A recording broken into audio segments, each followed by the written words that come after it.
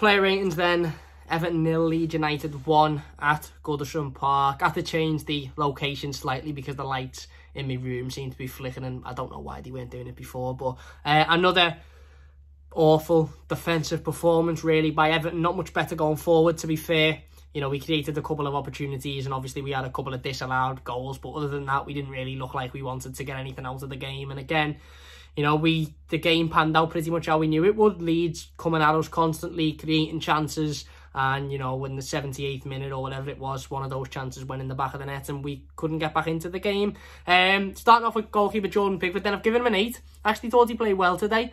I did. I thought Jordan had a really, really good game. He made some big, big saves in the first half at 0-0 to keep it at 0-0. One where, you know, I think he ends up saving it by coming from behind himself and then Ben Goffy clears it off the line. But I thought he made 2 big saves today. Look, he's been criticised for the goal and positional-wise, maybe he could have done a little bit better. I put the goal on Ben Goffy, to be honest. I think he needs to, you know, to get at his man. I think he needs to run at him and stop backing off him and giving him 5 or 10 yards to make his decision. Yes, there was a couple of chances where, you know, again, he could have probably come out and collected the ball or maybe commanded his area a bit better. But, you know, again, it's one thing at a time for Jordan Pickford. It's baby steps, and today in terms of saves and big saves, I think he made a couple, so I'm giving him an 8. I don't, you know, I thought he played well.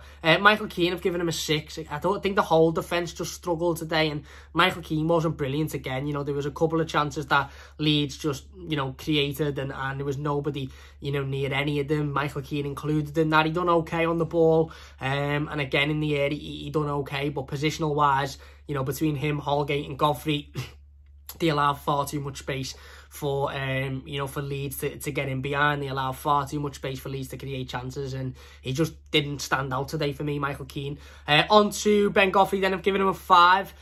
I've given him a 5 because, like I said, I think he could have done better for their goal. Now, I might be being a little bit harsh, and I don't want to sit here and go in on the lad because, you know, he's still a very, very young lad and he's only just come into the football club. But I just think he could have done better for the goal, to be honest with you. I think he could track his man down and not allow him 5 or 10 yards. He's done that before. That's a couple of goals Everton have conceded where Ben Godfrey's just stepped off his man and allowed him time to make that decision, and you can't do that in the Premier League. Other than that, I thought he done okay. Again, he got a few balls out. He broke forward on a couple of occasions. But overall, the defence individually weren't atrocious. But as a whole, they were absolutely abysmal. Positional-wise, they were abysmal. They were nowhere near each other. It's like there's no communication. It's like they don't talk. It's like they don't say, yeah, you go over there and cover there, and I'll cover this position. It's like nobody knows what they're doing.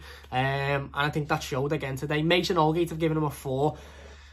It just doesn't seem fit still, which baffles me because, you know, he didn't seem fit against Manchester United, but you could sort of make a case for that because he was coming back into the team. He'd been out for a long time from an injury. He'd only just come back into training and he was thrown in and started. So you sort of understood that, but that was 3 weeks ago, the game against Manchester United. He's had 2 weeks on his own in the international break to train. He's had another week. You know, he didn't play against Fulham, but he still looks off the pace today. And I don't know whether it's a case of him needing more game time and needing to get in there and play more to get up to speed. But just a couple of the passes he made I thought were too short. He gifted Leeds opportunities on a couple of occasions and he just didn't look great. He didn't look great. Alex Iwobi a 5. Again, really, really impressed with Alex Iwobi last week at wing-back against Fulham. Didn't do an awful lot today. Didn't get forward anywhere near as much as he did against Fulham. Defensively, you know, he got targeted down that left-hand side and they did throw a lot of balls into, you know, aiming into our left-hand side because Alex Iwobi was just ball watching. I honestly don't think he can play on the left. I really don't, be it left back, be it left midfield. I don't think he can play on the left. He needs to be on the right. And I just didn't think he had a particularly good game today. Tom Davies, you know what? I've given Tom a 7. As a wing-back, probably a lower score, 4, 5 maybe, but I thought he'd done okay. He got forward on a couple of occasions. He played a brilliant ball into the box for Abdoulaye Doucouré, who was awful all game for me, but should have done an awful lot better. The times he did get forward, he done okay. Defensively, he put a foot in as well. He likes to throw a tackle in. And, you know, this might be controversial as well as the Jordan Pickford one, but I thought Tom Davies had a decent game today. A decent game, and I've given him a 7. Look, he's not Luca Dean. He's not going to blast down the wing and throw quality ball after quality ball in, but ultimately, he wasn't atrocious. Doucouré, I've given him a 3. I thought he was the worst player on the pitch for me by a country mile. He was awful today. And you know what? he's done well since he's come in Everton Football Club, and he done well last week against Fulham, scoring the winning goal. But I just thought everything he touched today just turned to absolute shite. He was just really, really poor. Couldn't control anything in the midfield. Passing was off.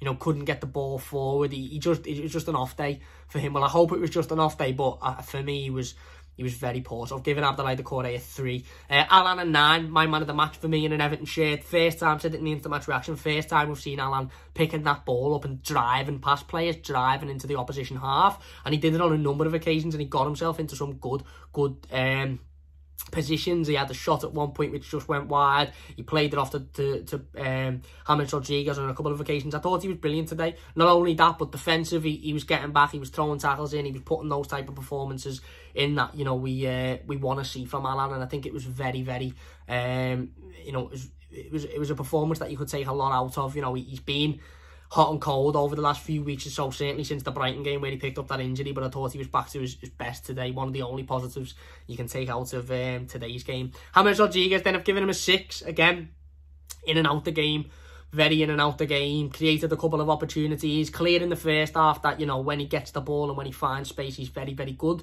But ultimately, I think he massively lacked having Luca Dean today, and I think he struggled without having Luca Dean, because usually he picks that ball up on the right hand side, he cuts in, and he can see Luca Dean overlapping on that left, and he puts the ball into him, and Luca Dean plays the ball into the box. That's what usually happens. We've seen it last week against Fulham.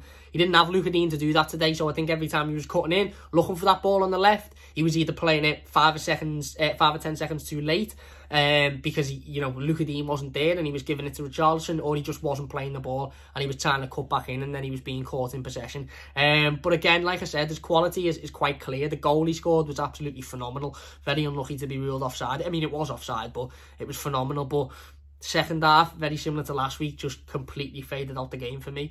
Dom, I've given Dom a 7. Again, I think he worked hard today. I think he worked hard. Didn't have an awful lot of opportunities, wasn't massively in the game. Again, creativity wise, I think we only put 1 ball into the box for Dominic Calvert-Lewin, which is criminal considering how good he is in the air.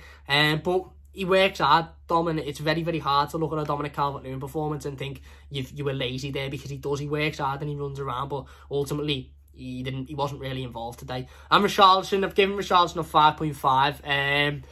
Again, finishing wise, I just don't think he was on his game. He had a couple of really good chances that should be doing better with for me. Should be at least challenging the goalkeeper. One in the second half where the ball bounces in the box, and if he just takes a touch and gets it down under control, for me it's 1-0, because it was 0-0 at the time. But he doesn't. He rushes it and he tries to go for the Hollywood volley, and it goes over the bar. Just wasn't his best game. Wasn't his best game at all for me. Richarlison, and ultimately, you know, that shows that. Going into the substitutes then, Gomez, I've given him a 6. I think he worked hard. He come on, he ran around a bit, he tried to pick the ball up, he tried to break us forward, but ultimately he's got about as much pace as my grandma, who's got no knees. And he's just not a massively inspiring footballer, is he, when he's trying to break forward? But to be fair, he run around and, you know, he tried to create something. Why he got given the captain's armband coming on, it's beyond me, to be perfectly honest. I wasn't against Mason Holgate getting it, because I think Mason showed real leadership qualities, certainly prior to his injury before the start of the season. But why Gomez is then getting it, I know it's just something trivial, but I don't know. Bernard and Delph, I've given them both a 5.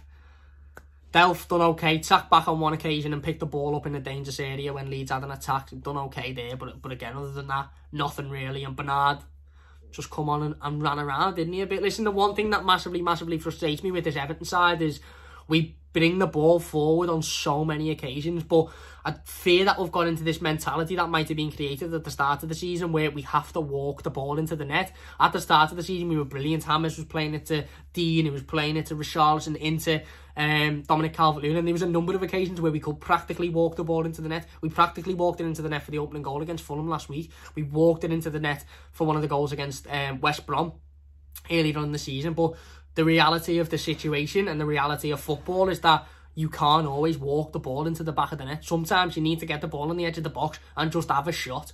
Not look for who's in front of you, just have a shot. And Alan done it on one occasion today, and he missed. And what? Go on, do it again. Continue to do that. I just fear that we're always looking for that extra pass, we're always looking for that extra man, instead of just having a go. When you get the ball and you're 15, 20 yards out, whatever, 5 yards away from the edge of the box, hit it. If you've got space, hit it. That's what Rafinha done. 1-0. Only takes a deflection. Only takes the goalkeeper to be blindsided. Only takes the goalkeeper to not stretch his arm out. And you've won the game, or you're winning the game.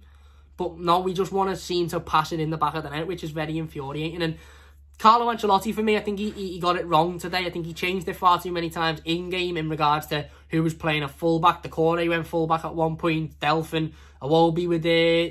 You know, I think he just changed it far too many times. Look, the bench wasn't inspiring, to be fair. And I've got one big question for Carlo, and that's, where was Niles Nkunku? If Niles Nkunku's injured, then look, I hold my hands up. Can't really do anything about that. If Niles Nkunku isn't injured, then it's absolutely criminal that he didn't start that game of football, because he'd be our only fit fullback. He should absolutely... If you're going to play wing-backs, you need to have players that can get up the pitch with pace and get balls into the box. Now, Niles Nkunku's very young and very inexperienced. They mightn't have been able to do that. But if he'd have played him, at least you can say, well, there you go. He's given him his opportunity and he couldn't step up to it. So we've had to revert back to unnatural fullbacks.